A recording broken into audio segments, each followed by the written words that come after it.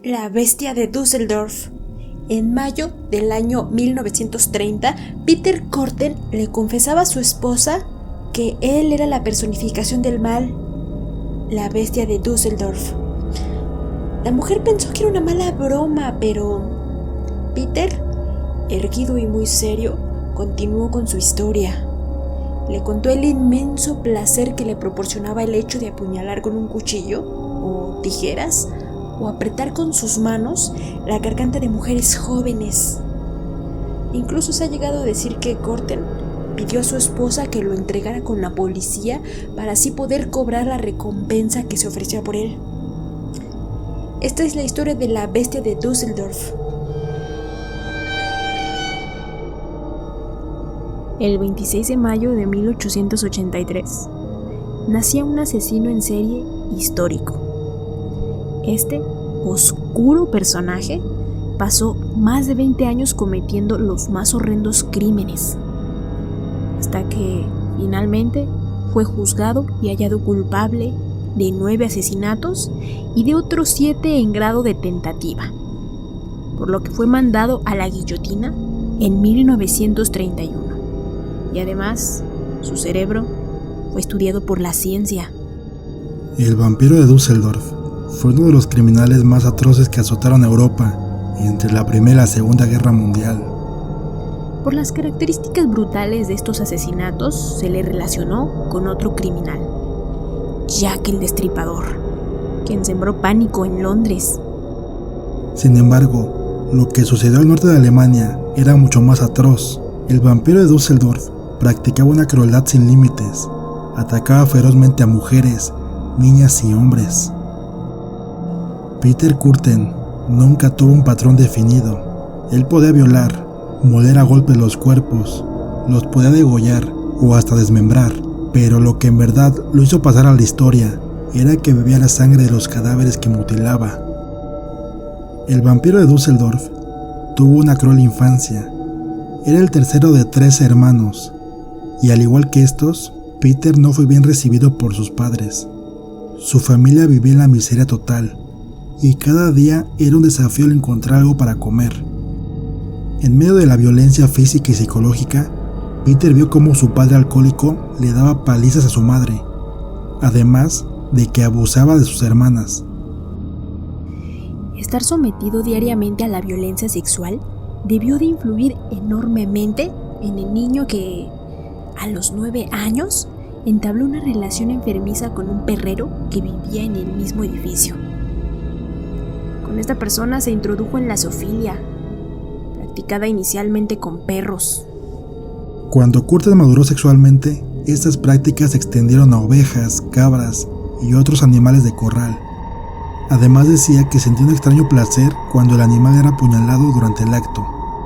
Con tan solo 9 años, el niño escapó de su casa en Düsseldorf. Él sabía que lo que pasaba en su casa no era normal, pero, aún así, en su interior creció un sentimiento hacia una vida marcada por la delincuencia y la violencia.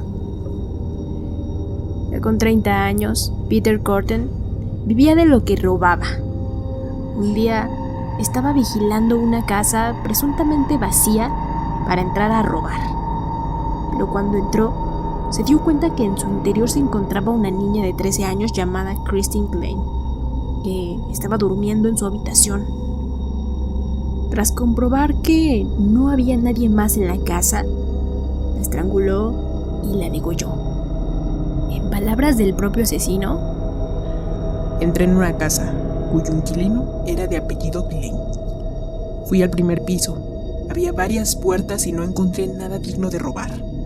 Pero en la cama vi a una muchacha durmiendo de aproximadamente 10 años, cubierta con una cobija gruesa de plumas. Yo tenía un pequeño cuchillo en el bolsillo con el cual corté su garganta. Oí los chorros y el goteo de la sangre en la base de la cama. El padre de la niña, Peter Klein, fue acusado del asesinato de su propia hija, ya que Korten dejó en la escena del crimen un pañuelo con sus iniciales, PK, que casualmente coincidían con las del padre. 2 meses después, Korten encontró a su siguiente víctima, en un nuevo asalto domiciliario el asesino se topó con la joven Gertrude Franken, de 17 años, a la que estranguló con sus propias manos. Aquel crimen marcaría el inicio de una serie de asesinatos que aterrorizarían a la ciudad de Düsseldorf. Las siguientes víctimas serían 2 hermanas a las que mutiló, y a partir de entonces dio un paso más en su locura criminal. Empezó a beber la sangre de sus víctimas. Entre los meses de febrero y noviembre de 1929, Curten, con el ego desatado, empezó a poner en jaque a la policía, burlándose de ella, y en su afán por demostrar que él era superior a la policía, Curten les envió un mapa donde indicaba el lugar en el que había arrojado el cadáver de una niña llamada Gertrude Albermann. En aquellos momentos, las comisarías alemanas se encontraban colapsadas por la enorme cantidad de denuncias que llegaban con los nombres de posibles sospechosos. Pero en 1930, un error fatal llevaría al brutal asesino ante un tribunal. Curten se había fijado en Maria Budleck, una joven de 20 años que acababa de bajar del tren justamente en la estación de la ciudad donde él asesinaba. Curten salvó a Budleck de un acosador que la estaba molestando y se ofreció a acompañarla hasta la residencia de estudiantes. Sin embargo, Curten se las ingenió para llevarla hasta su casa, donde se insinuó a la joven y fue rechazado. Pero Curten era listo y condujo a María hasta un bosque a las afueras de la ciudad, donde la violó y la estranguló. Él huyó porque pensaba que la había asesinado, pero la fortuna acompañó a la joven, que sobrevivió a la agresión y acudió a la policía a denunciar los hechos. Pocos días después, Curten era detenido. Los interrogatorios dieron a Curten la oportunidad de satisfacer nuevamente su enorme ego, ya que durante las sesiones confesó alrededor de 70 actos criminales, entre los cuales se incluían agresiones sexuales, asesinatos y actos de piromanía. Decía que a veces prendía fuego a edificios abandonados, con la esperanza de ver salir ardiendo del interior a vagabundos. Y como te comenté al principio, entre sus fetiches se encontraba la sangre. Decía que le proporcionaba un gran placer estar en contacto con ella y que a veces la bebía. Tras escuchar las terribles declaraciones del acusado, el jurado no dudó en condenarlo a muerte, al considerarlo culpable de 9 asesinatos.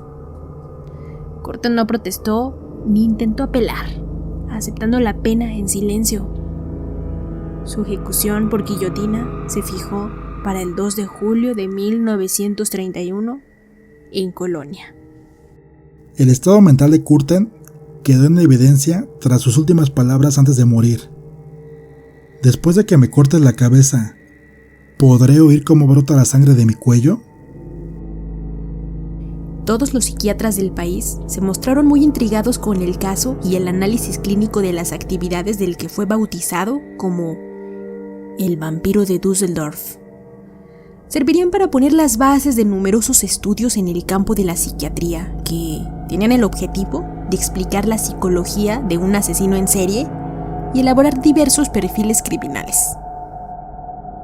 Esta fue la historia del vampiro de Düsseldorf, un asesino del cual se seguirá hablando todavía por mucho tiempo. Gracias por escuchar esta historia.